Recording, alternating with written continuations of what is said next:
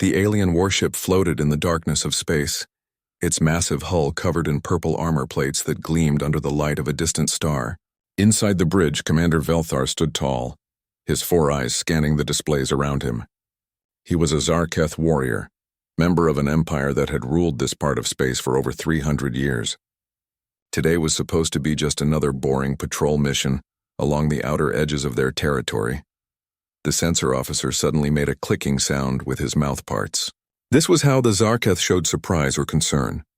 Velthar turned his large head toward the nervous officer and waited for the report. The officer spoke quickly, his voice shaking slightly. They had detected an unknown ship approaching their position. It was moving fast and using a type of engine the computer systems could not identify. The commander felt a mix of curiosity and mild annoyance. Another primitive species had probably just figured out how to leave their home planet. This happened every few decades. The Empire would make contact, establish dominance, and add another world to their collection of tributary states.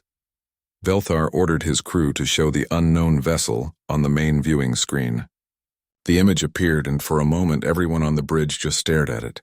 The ship was smaller than their cruiser, maybe 300 meters from front to back. Its design was strange and blocky, with no decorative features at all. Most species like to make their ships look impressive or scary. This one looked purely functional, like a tool built for a specific job. The hull was covered in some kind of gray metal that their sensors could not fully analyze. There were symbols painted on the side in white. One symbol showed a blue and green sphere with white clouds swirling around it. Below that were letters in an alphabet the computer did not recognize. The ship looked almost primitive at first glance, but something about it made Velthar feel uneasy. He could not explain why. He ordered the communications officer to open a channel to the strange vessel. The screen flickered and split into two parts. On one side was the view of the alien ship. On the other side appeared the interior of their bridge. Velthar felt his confidence return as he looked at the being staring back at him. They were so small and weak-looking, 2 arms, 2 legs, soft skin with no natural armor or protective shells. They had tiny teeth and no claws worth mentioning. Their eyes were small and faced forward like prey animals. The one sitting in the center chair was male, judging by the facial structure. He had short brown hair and blue eyes that looked directly at Velthar without any fear. The commander decided to use the standard greeting for primitive species. He announced his name and rank, then explained that they had entered territory belonging to the Zarketh Empire. He gave them a simple order: power down all weapon systems and prepare to be boarded for inspection. He added a warning. Any resistance would result in their immediate destruction. The human male in the center chair leaned back slightly and seemed to be thinking. He glanced at the other crew members around him. A female with bright red hair sat at one station. A male with very dark skin sat at another. They all wore matching uniforms in dark blue with silver badges. After a few seconds, the center chair human looked back at the screen and spoke. His name was Jake Morrison, and he was the captain of something called the UES Defiant. He said they were from a planet called Earth and were on a peaceful exploration mission. He claimed they did not know this area belonged to anyone, because their maps showed it as unclaimed space. His voice was calm and steady, like someone discussing the weather rather than facing a military threat. Then Morrison said something that made Velthar angry. He refused to power down his weapons. He refused to allow boarding. He suggested they could discuss territory claims through diplomatic channels if needed. Otherwise, his ship would continue on its mission. The human spoke as if he had a choice in the matter, as if the Zarketh Empire was making a request rather than giving an order. Velthar felt his body temperature rise with rage.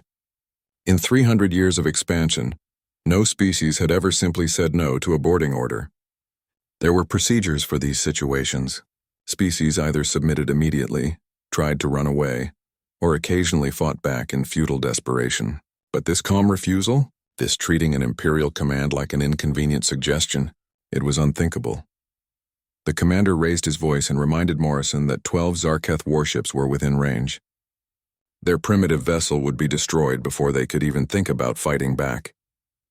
He put as much threat into his words as the translator could carry. Morrison did not look worried. Instead, he asked one of his crew members about their weapons status. The red-haired female checked her console and reported that all systems were working normally. She mentioned railguns, point defense grids, and a nuclear arsenal. Everything was armed and ready. Velthar almost laughed out loud. Nuclear weapons? These primitives were threatening the Empire with nuclear weapons? Every civilized species abandoned such crude technology thousands of years ago. Nuclear explosions were nothing compared to modern plasma weapons and antimatter torpedoes. Their shields would absorb nuclear blasts easily. He said as much, letting his scorn show clearly. He called them primitives and asked if they still used stone tools as well. The insult was delivered through the translator, which managed to convey his contempt quite well. Morrison smiled, but it was not a friendly expression. He asked another crew member to explain their weapons in more detail. A young male with Asian features spoke up in a cheerful, almost academic tone. He explained that their nuclear weapons were not simple fission bombs. They were fusion-boosted thermonuclear warheads with explosive power, ranging from 500 kilotons to 50 megatons. They also carried antimatter-catalyzed fusion missiles that could produce explosions measured in gigatons for heavily armored targets. The bridge of the Zarketh cruiser went silent. Velthar felt his confidence drain away like water from a broken container. Gigatons? That level of destructive power should not be possible for a species that looked like they had barely left their home planet. The energy needed to create and control such weapons was enormous. Most species did not achieve that capability until they had mastered fusion power for at least 2 centuries. The tactical officer leaned close and whispered urgent information. The human ship's power output was reading at impossible levels for its size. The energy signatures suggested weapon systems completely unknown to Imperial databases. He strongly recommended caution when dealing with these beings. Velthar looked at the calm face of Captain Morrison on the screen. The human was either bluffing with incredible skill or telling the complete truth about his ship's capabilities. Either way, Velthar realized he was in a situation without precedent. These humans had defied Imperial authority and backed their defiance with the threat of overwhelming force. For the first time in his long military career, Commander Velthar felt genuine uncertainty when facing another species. He made a decision that would have been unthinkable just minutes earlier. He told Morrison that this matter was not finished and that the Empire would be monitoring their activities. His voice tried to sound threatening, but everyone on both bridges knew it was an attempt to save face. Morrison replied with a casual comment about waving if they saw any Zarketh ships nearby. Then he cut the transmission. The human vessel changed course and suddenly accelerated to speeds that should not have been possible. In seconds, it had jumped to faster-than-light travel and vanished from their sensors. Velthar stood on his bridge, surrounded by his shocked crew, staring at the empty space where the impossible human ship had been moments before. He knew his superiors would demand a full report. The High Command would want to know everything about these humans and their dangerous technology. But more than that, Velthar knew something important had just happened. The Zarketh Empire had encountered a species that did not fear them, a species that possessed weapons of terrible power and the confidence to use them if necessary. The balance of power in the galaxy had just shifted in ways no one could predict. He ordered his communications officer to send an emergency message to headquarters. Maximum priority. Maximum security classification. The message was simple but carried enormous implications. They had encountered a new species. A species unlike any other they had met before. A species that might change everything. The Grand Assembly Chamber was the most impressive building in the entire Zarketh Empire. Its walls were made of crystal that reached up hundreds of meters toward the ceiling. Each crystal pillar had the names of conquered worlds carved into its surface. The room could hold 10,000 people, but today only the most important military leaders were present. 12 admirals and 3 scientists sat in a circle, all focused on the holographic image floating in the center of the room. Admiral Vorthen stood next to the image, which showed the human ship from every possible angle. The data had come from Commander Velthar's encounter 3 days earlier. Vorthen was the supreme commander of the entire Imperial fleet. His word was law for every military ship in the Empire. Today, his 4 eyes looked troubled as he studied the human vessel. He began speaking in a formal voice. 3 days ago, they had encountered a species calling themselves humans. They came from a planet named Earth, located in a region of space the Empire had mostly ignored. The region had few valuable resources, so they had never bothered to explore it thoroughly. This had been a mistake. Or then changed the holographic display to show a star map. A small yellow star pulsed with a red warning indicator. This was the human home system. Their scientists had observed it from a distance and concluded that any species living there would take centuries to develop advanced technology. They had been completely wrong about this. The display changed back to the human ship, now with technical data scrolling next to it. The admiral explained that this vessel represented technology that should not exist, not for a species that had only discovered nuclear power about 100 years ago. Their observation posts had been watching Earth for decades. They had seen the humans fighting wars with chemical explosives and early aircraft. Now suddenly they had ships that could threaten the Empire itself. One of the other admirals suggested that maybe someone had given the technology to the humans. The Lysarians were known to trade advanced technology with primitive species sometimes. Perhaps the humans had bought or stolen their ships from another civilization? Or then shook his head. The intelligence director had information that proved otherwise. He gestured for the old scientist to come forward. Intelligence Director Melthus was ancient even by Zarketh standards. His shell was dull and cracked with age, but his mind was still sharp. He had served the Empire for almost 500 years. His job was to know everything about potential threats to imperial power. Melthus activated a new set of images. These showed grainy pictures of Earth from decades past. Cities full of primitive buildings, explosions from nuclear weapons tests, crude rockets barely managing to escape the planet's gravity.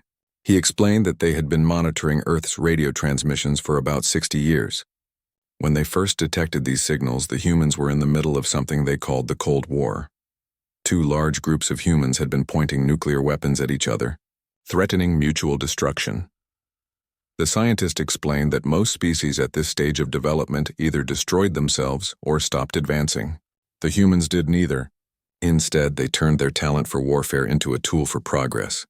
Within 12 years of inventing atomic bombs, they had sent people to walk on their own moon. Within 50 years, they had bases throughout their solar system. Within 80 years, they had faster-than-light travel. The assembled military leaders murmured in disbelief. That timeline was impossible. Most civilizations took 500 to 1,000 years to go from atomic power to traveling between stars. The humans had done it in less than a century. Admiral Vor then demanded to know how this was possible. Melthus brought up complex scientific diagrams and mathematical equations.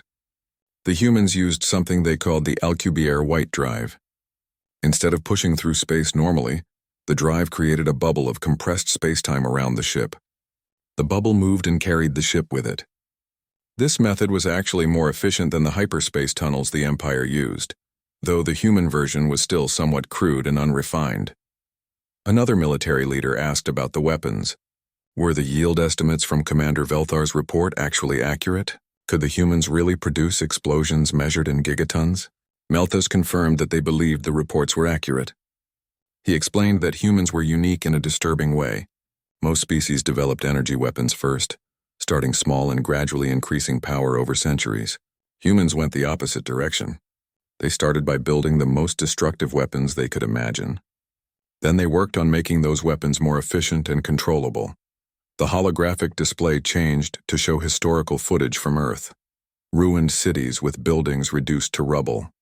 Massive mushroom clouds rising into the sky. Lists of casualties from various wars.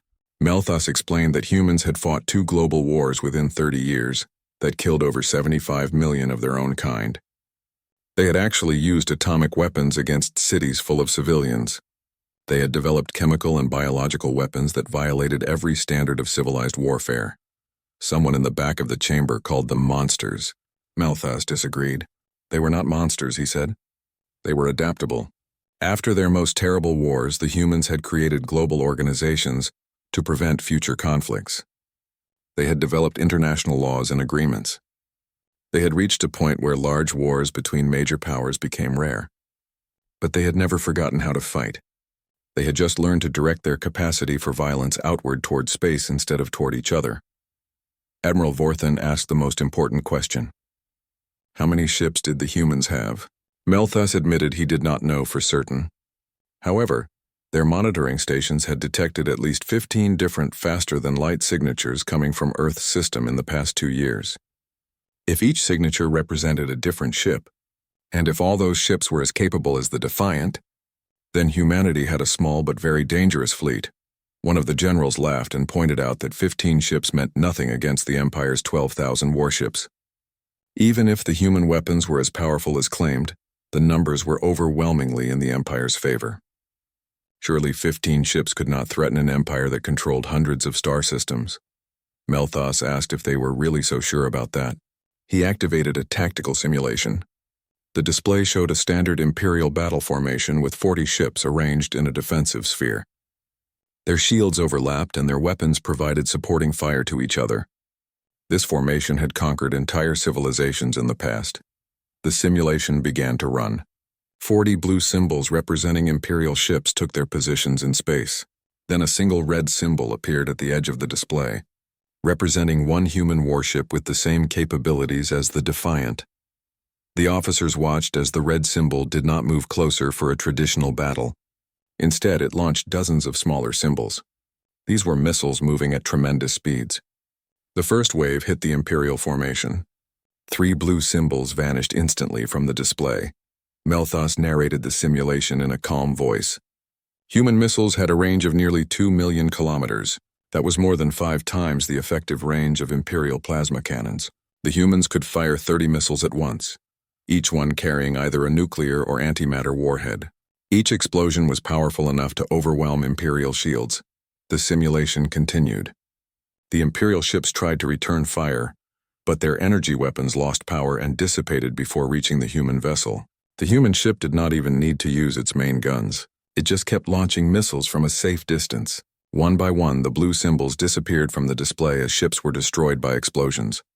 When the simulation ended, 37 of the 40 Imperial ships were gone. The human vessel remained undamaged and still had plenty of missiles left. The chamber fell completely silent. Every military leader in the room understood what they had just witnessed. A single human warship could destroy an entire Imperial battle group without taking any damage itself. Admiral Vorthen spoke in a grim voice. This was why he had called this emergency meeting. They were not dealing with primitive aliens stumbling into space by accident. They were dealing with a species that had weaponized physics itself before even leaving their home planet. A species that considered gigaton explosions to be normal, conventional weapons. One of the fleet coordinators asked what they should do. Should they prepare for war with the humans? Before anyone could answer, the Emperor himself entered the chamber. Everyone immediately dropped to their knees in respect. Emperor Zalkarath wore elaborate robes decorated with precious metals. He gestured for everyone to stand and moved to examine the holographic display showing the human ship. The Emperor spoke in a voice that commanded absolute attention. They would not prepare for war with the humans, not yet. He asked Melthos if the human captain had claimed to be on a peaceful mission. The intelligence director confirmed this was true.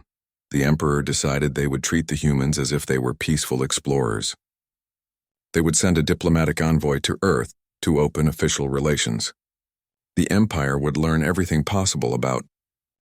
Admiral Helen Grant stood in the command center of United Earth Space Command, watching the large holographic display that showed all 15 human ships currently exploring beyond the solar system. The command center was built on the site of an old launch complex in Florida, where humans had first started their journey into space over a century ago. Now it coordinated humanity's presence across multiple star systems. The door opened and Captain Jake Morrison walked in, still wearing his uniform from the Defiant. Lieutenant Kate Hayes followed behind him. She was the red-haired tactical officer who had been present during the confrontation with the Zarketh Empire. They both looked tired but alert. Morrison saluted the admiral and she told him to relax. She gestured toward the conference table and explained that she had read his report 3 times already. The Security Council had read it twice. The president wanted to know if humanity was about to have an interstellar war before they had even properly introduced themselves to their galactic neighbors. Morrison sat down and admitted he was not sure. Commander Velthar had backed down during their encounter, but not because he was scared. Morrison believed the alien commander had been surprised. Surprised that humans had told him no, and more importantly, surprised that humans could back up that refusal with actual military power. Lieutenant Hayes added her observations. The Zarketh tactical systems had locked onto their ship multiple times during the conversation. They had been analyzing the Defiant constantly, trying to understand its capabilities. What they found did not match their expectations at all. The aliens seemed genuinely confused by what their sensors were telling them. Admiral Grant pulled up a section of Morrison's report and asked him to elaborate on the weapons discussion. Morrison leaned forward and explained that the Zarketh had been flying through space for centuries. They had all the standard energy weapons like plasma cannons and particle beams, but when the humans mentioned nuclear weapons, Commander Velthar had actually laughed. He called them primitive and outdated technology. He seemed truly confused about why humans would still use such old weapons. Grant understood immediately. The Zarketh shields were designed to disperse energy attacks, but kinetic impacts and radiation from nuclear explosions worked differently. Their defensive systems were not optimized to handle that type of threat. It was like showing up to a sword fight and pulling out a gun instead. Grant asked about the size of the Zarketh battle group. Hayes reported that they had counted 12 ships. Full sensor sweeps before jumping away had provided detailed information. All the alien vessels were larger than the Defiant, ranging from 500 to 800 meters in length. Their mass was approximately 3 times greater than human ships. But surprisingly, their reactor output was actually lower than the Defiant's power generation. The Admiral seemed confused. How could bigger ships have less power?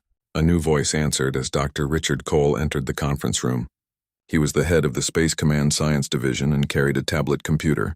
He explained that the Zarketh used plasma fusion reactors. The alien technology was very efficient but ultimately limited by the physics of fusion power. Grant asked him to explain it in simple terms.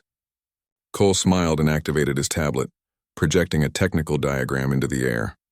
Most alien civilizations developed fusion power first because it was relatively safe and used abundant fuel. The Zarketh had perfected their fusion systems over centuries, but fusion had a maximum efficiency that could not be exceeded. You could only get so much energy from hydrogen atoms combining together. The diagram changed to show the Defiant's power core. Humans had taken a different approach. They had gone straight to antimatter reactions once they figured out how to produce and contain antimatter safely. The energy output was exponentially higher. A single gram of antimatter reacting with normal matter produced as much energy as 40 kilotons of explosives. Human reactors carried enough antimatter to power the ship for years and still supply the weapon systems with plenty of energy. Grant summarized that humans were overpowered compared to other species. Cole confirmed this was dramatically true, but there was more to discuss. The Zarketh used directed energy weapons exclusively, which made sense from their perspective. Energy weapons did not need ammunition, were easy to maintain, and worked well against other energy-based defenses. However, they had a serious weakness. Morrison finished the thought. Energy weapons lost power over distance, Cole agreed. A plasma bolt or particle beam was devastating at close range, but the farther it traveled, the more it dispersed and weakened. The Zarketh seemed to engage enemies at around 300,000 kilometers maximum range. Beyond that distance, their weapons became less and less effective. Cole highlighted the Defiant's weapons on the diagram. Human ships used railguns that fired guided projectiles at incredible speeds. These kinetic weapons had an effective range of over 2 million kilometers. Human missiles could engage targets from even greater distances. This meant humans could destroy enemy ships long before those ships could shoot back effectively. Admiral Grant walked to the holographic display showing human ship positions. She pointed out that despite all these advantages, there was still a major problem. The Zarketh Empire had 12,000 warships. Humanity only had 15 ships. Lieutenant Hayes stated the brutal truth quietly. Even if each human ship could defeat a dozen alien vessels, the numbers were still overwhelmingly against them. The room fell silent as everyone considered the mathematics. Yes, human technology was superior in many ways, but there were not enough human ships to make a real difference if the Empire decided to attack in force. One human ship could potentially win against 12 Zarketh vessels under ideal conditions. But there were not 12 Zarketh ships. There were thousands of them spread across hundreds of star systems. Grant pulled up another display showing intelligence data. They had identified at least 6 other major civilizations in the nearby region of space. The Zarketh Empire was the largest, but others existed as well.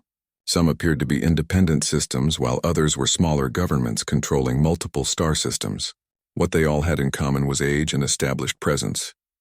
They had been out here for a long time with established territories and trade routes. Humanity was the new arrival that nobody had expected. Morrison asked what the president thought about the situation. Grant explained that he wanted to avoid war at any cost, but he also refused to let humanity be pushed around by other species. The Security Council was preparing a message to send to the Zarketh leadership. Essentially, humans would offer formal diplomatic relations. They would make it clear that Earth wanted peace but was prepared to defend itself if necessary. It was the old strategy of speaking softly while carrying a big stick. Hayes wondered aloud if the aliens would accept such an offer. Grant admitted nobody knew for certain. But she had a plan for what humanity would do in the meantime. She activated a new star chart and explained that she was authorizing a major expansion of the space exploration program. Ship construction would be accelerated. The shipyards at Luna and Mars would operate at full capacity. Within 2 years, she wanted 30 vessels operational. Within 5 years, the goal was 50 ships. Dr. Cole pointed out that this was a massive undertaking. The resource commitment alone would be enormous. Grant interrupted and said it was absolutely necessary. Humanity had just learned they were not alone in the universe, and the neighbors were not necessarily friendly. Earth needed a fleet capable of defending the home system and the colonies. They needed diplomatic channels with multiple civilizations, not just the Zarketh. And they needed to make it clear that humanity intended to stay and claim their place among the stars. She turned back to Morrison and explained that the Defiant would be refitted with new weapons, improved sensors, and better shielding. Then his ship would go back out into space. Morrison asked what his mission would be. Grant told him to continue exploration, but focus on regions not controlled by the Zarketh. Make contact with other civilizations. Show them what a human ship could do. Most importantly, be ready for anything unexpected. Morrison stood and saluted, asking when they would leave. Grant told him 2 weeks. He should use that time to train his crew, practice with all systems, and prepare for the possibility that the next aliens they encountered might not back down as easily as Commander Velthar had. After Morrison and Hayes left, Dr. Cole remained in the room. He told the Admiral there was something else he needed to discuss, something he had not wanted to mention in front of the others. Grant asked if it was good news or bad news. Cole said it was potentially catastrophic. They had been analyzing the faster-than-light communication channels detected during the encounter. The Zarketh used a form of instant messaging across space that humans could now intercept and partially decode. Over the past 3 days, there had been a massive increase in encrypted traffic throughout the Empire. Keywords they had managed to translate included phrases like priority threat, unknown weapons, and contingency preparations. Grant understood immediately. The Empire was mobilizing. Cole agreed it was possible, or at least they were preparing for potential conflict. The neutral meeting station floated in empty space between territories claimed by different civilizations.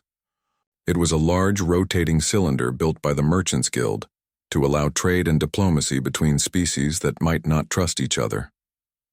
The station was designated Meeting Ground 7, and today it would host the first official diplomatic contact between the Zarketh Empire and humanity.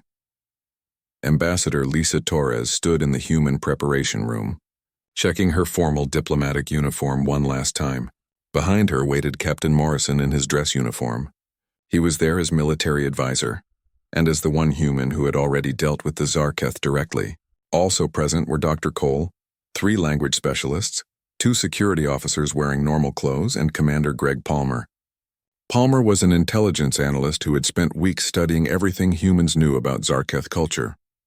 Palmer was reviewing his notes and giving last-minute advice.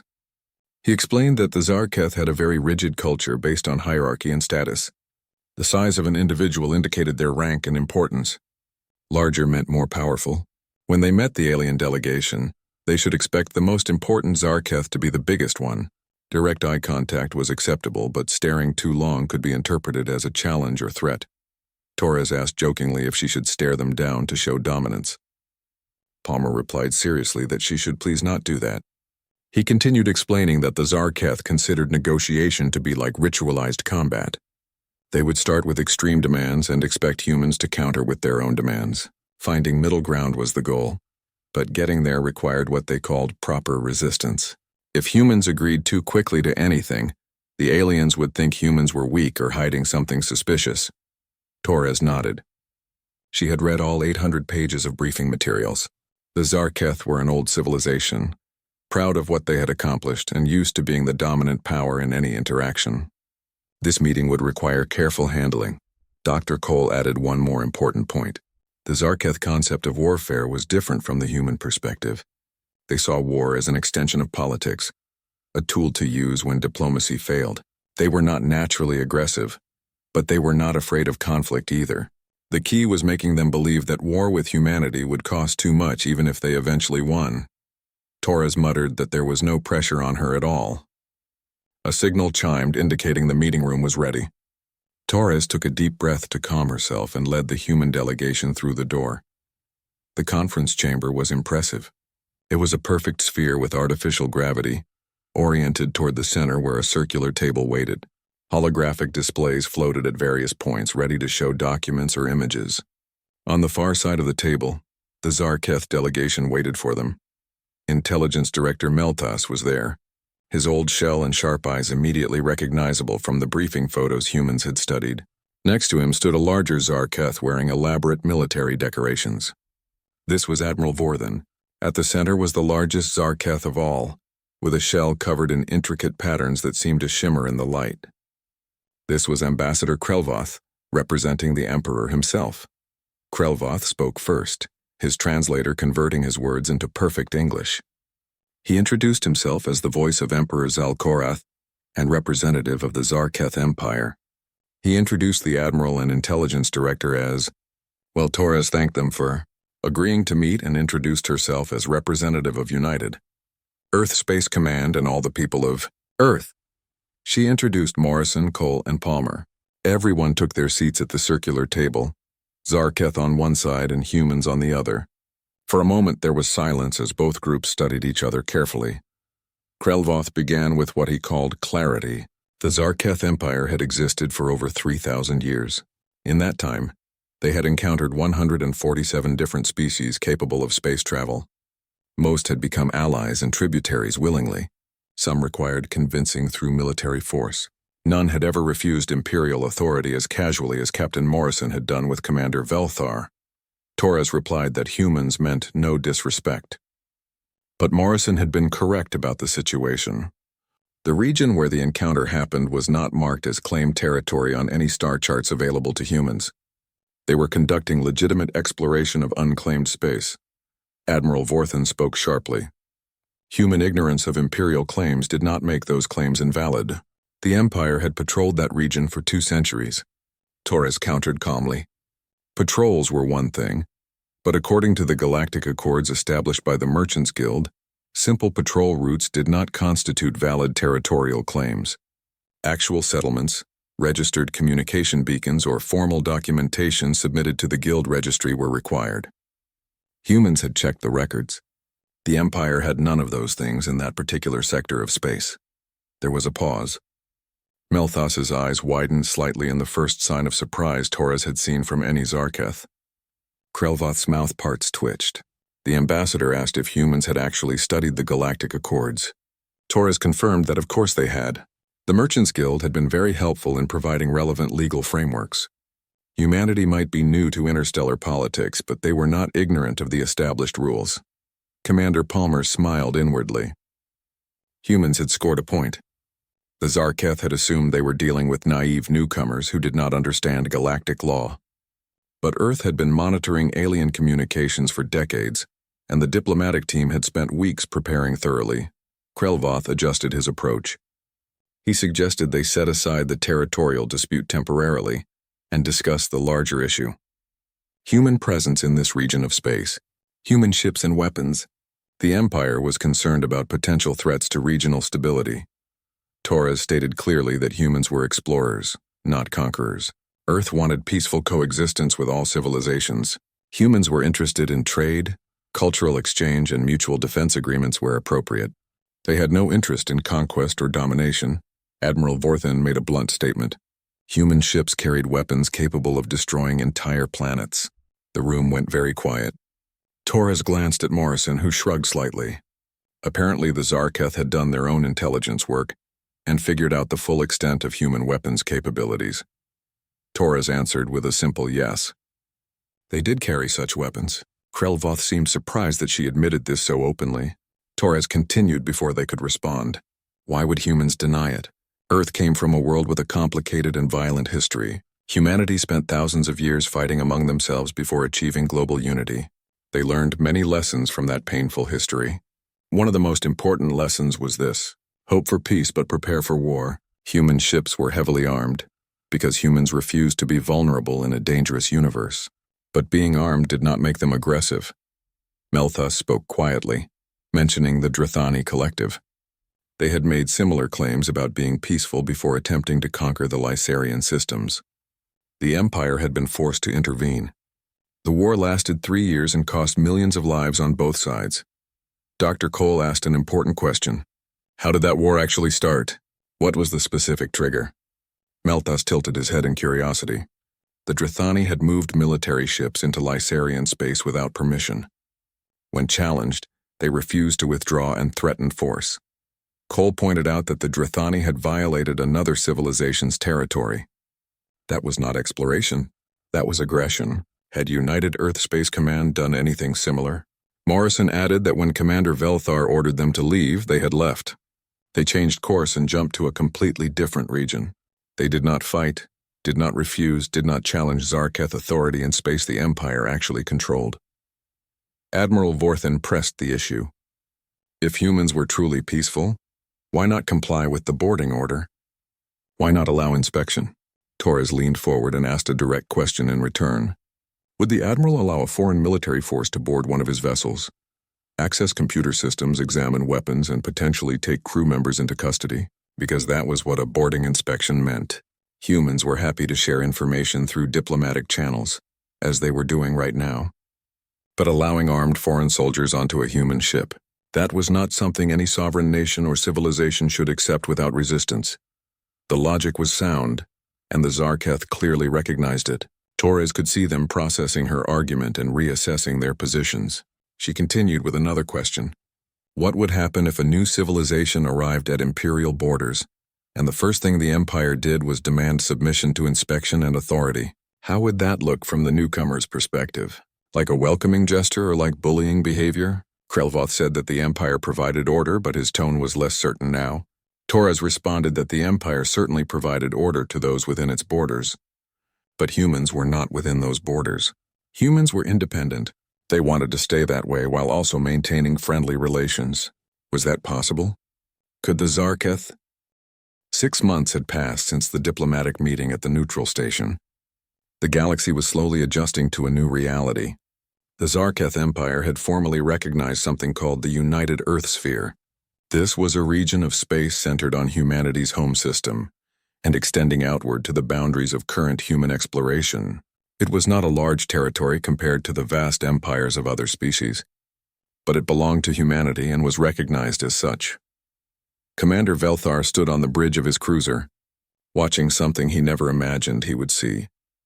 Flying alongside his vessel, matching its course and speed perfectly, was a human destroyer called the UES Challenger. Both ships were on joint patrol duty along the newly established border between Earth space and Imperial territory. It was strange to be working alongside beings who had defied him just months earlier. His tactical officer noticed his commander staring at the human ship and asked if he was still getting used to the situation. Velthar replied with slight amusement in his voice. Getting used to having potential enemies as patrol partners? Yes, he expected to be adjusting to this reality for quite some time. The tactical officer ventured an opinion. The humans were not so bad once you got to know them. He had been communicating regularly with the human crew on open channels. They were surprisingly similar to Zarketh in important ways. They were disciplined and professional. They took their duties seriously and performed them well. Velthar reminded his officer not to forget that the human ship carried enough explosive power to destroy the surface of a planet. They should not become too comfortable or let their guard down completely. The tactical officer acknowledged this was true, but pointed out that the humans had not shown any hostile intentions during their patrols together. On board the Challenger, Lieutenant Commander Sarah Blake stood at her station, monitoring the same border region from the human perspective. Next to her, a junior officer named Kevin Walsh was examining sensor readings carefully. He reported that the Zarketh ship was maintaining perfect formation with them. The alien sensor sweeps were designed to complement human sensors rather than overlap them. They were clearly experienced at this kind of coordinated patrol work, Blake agreed. The Zarketh had been conducting space patrols for centuries. Humans were the newcomers who needed to catch up and learn, but so far she believed the joint patrol arrangement was working well. Both sides were professional and avoided any unnecessary provocations. Joint patrols had been one of the conditions of the peace agreement. Both sides would patrol the border region together. This served two purposes. It prevented misunderstandings that could escalate into conflict. It also helped build trust between two very different civilizations. Earth now had 3 ships permanently assigned to border patrol duty, working in rotation with Zarketh vessels. It was a small start, but an important one. Back on Earth at the expanded Space Command headquarters, Admiral Grant was hosting a very different kind of meeting. The conference room was filled with representatives from 15 different human corporations. All of them had won contracts to build the next generation of Earth space fleet. It was the largest industrial mobilization since the World Wars of the 20th century. Grant began the meeting by reviewing progress. 6 months ago, humanity had possessed 15 ships capable of interstellar travel. Today they had 23 operational vessels, with 7 more under construction in various orbital shipyards. Within 2 years, the goal was 50 ships. Within 5 years, they were targeting a fleet of over 100 vessels. This expansion represented the single largest military and exploration program in all of human history. One corporate representative, a woman named Patricia Wells from the Luna shipyards, raised an important concern. At the rate they were expanding the fleet, they would need many more trained crews. Had the Space Academy program scaled up accordingly to provide enough qualified personnel? Grant confirmed that it had. 3 new training facilities had been opened on Earth, Mars, and Luna. Applications to join the space service had increased by 400% since news of the Zarketh encounter became public knowledge. It turned out that everyone wanted to be a space explorer once they knew aliens actually existed, and humanity was claiming its place among the stars. The room filled with laughter, but Grant's expression remained serious. Building ships was only part of the challenge. They also needed to build infrastructure to support those ships, supply bases at key locations, repair facilities with spare parts, communication relay stations to maintain contact across multiple star systems. The logistics of maintaining a human presence across such vast distances were staggering and required careful planning. Grant activated a holographic star map showing nearby regions of space. Humanity had made official contact with 4 other civilizations in the past 6 months. The Lysarian Collective, the Korath Federation, the Trell Commonwealth, and the Merchants Guild itself. Each had extended diplomatic recognition to Earth. The Merchants Guild had even offered associate membership, which would give human traders access to their extensive commercial networks connecting dozens of species. Someone asked about the Zarketh Empire. Were they still considered a potential threat? Grant admitted the empire was complicated. There were factions within the imperial government that still viewed humanity with suspicion and distrust. But there were also factions that saw value in cooperation with this new species. Intelligence Director Malthus had been particularly helpful. He seemed convinced that Earth represented an opportunity rather than a threat to imperial interests. Another person asked what kind of opportunity. Grant explained that the empire had been stagnant for centuries, relying on the same technologies and tactics and political structures. Humanity's sudden arrival had disrupted that comfortable stagnation. Some in the empire saw this as dangerous and wanted to eliminate the threat. Others saw it as necessary stimulus for change and progress. Halfway across the galaxy, in the ornate halls of the Imperial Palace, Emperor Zalkorath was having a similar discussion with his closest advisors. Intelligence Director Melthos reported that the humans had established contact with the Lysarians. They had also created trade relations with the Merchants Guild and were actively negotiating with the Korath Federation. Admiral Vorthen observed that humans were clearly building a coalition of allies. They were establishing themselves as a legitimate power in the region through diplomacy and trade, rather than conquest. The Emperor agreed and noted that they needed to decide whether this made humanity more dangerous or more valuable to imperial interests. Malthus gave his assessment. Both. Humans were dangerous, because they were competent and heavily armed. They were valuable for exactly the same reasons. If humanity could be guided toward becoming a stabilizing force in the region, rather than a disruptive one, the Empire would benefit greatly from their presence. The Emperor asked what would happen if humans became disruptive anyway. Malthus admitted that in such a case the Empire would have helped create its own worst enemy, but he believed the risk was worth taking. Humans were ambitious, yes, but they were also practical and pragmatic. They understood that cooperation served their long-term interests better than constant conflict, at least for now, while they were still building their strength. The Emperor considered this assessment carefully. He ordered continued diplomatic efforts and approved expansion of cultural exchange programs. He wanted Zarketh citizens and human citizens to interact and understand each other better. Familiarity reduced fear and mistrust. Fear was what led to wars that nobody really wanted. On Mars, in the growing human colony established there, Dr. Cole was giving a lecture to graduate students studying xenobiology and alien cultures. He explained his theory about what made humanity unique among spacefaring species. It was not their technology or weapons. It was their fundamental adaptability. Humans evolved on a world that constantly forced them to be flexible, to solve problems creatively, to work together despite differences. He displayed an image of a Zarketh for the students to see. Most spacefaring species evolved on worlds that were relatively stable and predictable. They had millions of years to develop in comfortable environments without major disruptions. Humans were different. Earth faced ice ages that covered continents, volcanic eruptions that darkened the sky for years, massive climate shifts that happened repeatedly. Humans learned to adapt quickly or die. That survival pressure shaped humanity in ways other species could not fully understand or predict. A student raised her hand and asked if this was why the Zarketh were so surprised by humans. Because humanity did not fit their standard model of how species normally develop technology and society. Cole confirmed that this was exactly right. The aliens expected humans to follow predictable patterns, develop fusion power, and spend centuries perfecting it before moving to more advanced systems. Instead, humans jumped straight to antimatter reactions because they saw the advantage and took the risk. That kind of lateral thinking and willingness to skip conventional steps was very human and very unpredictable. Another student asked if this unpredictability was also what made humans dangerous to other species. Cole nodded slowly. Yes, because while other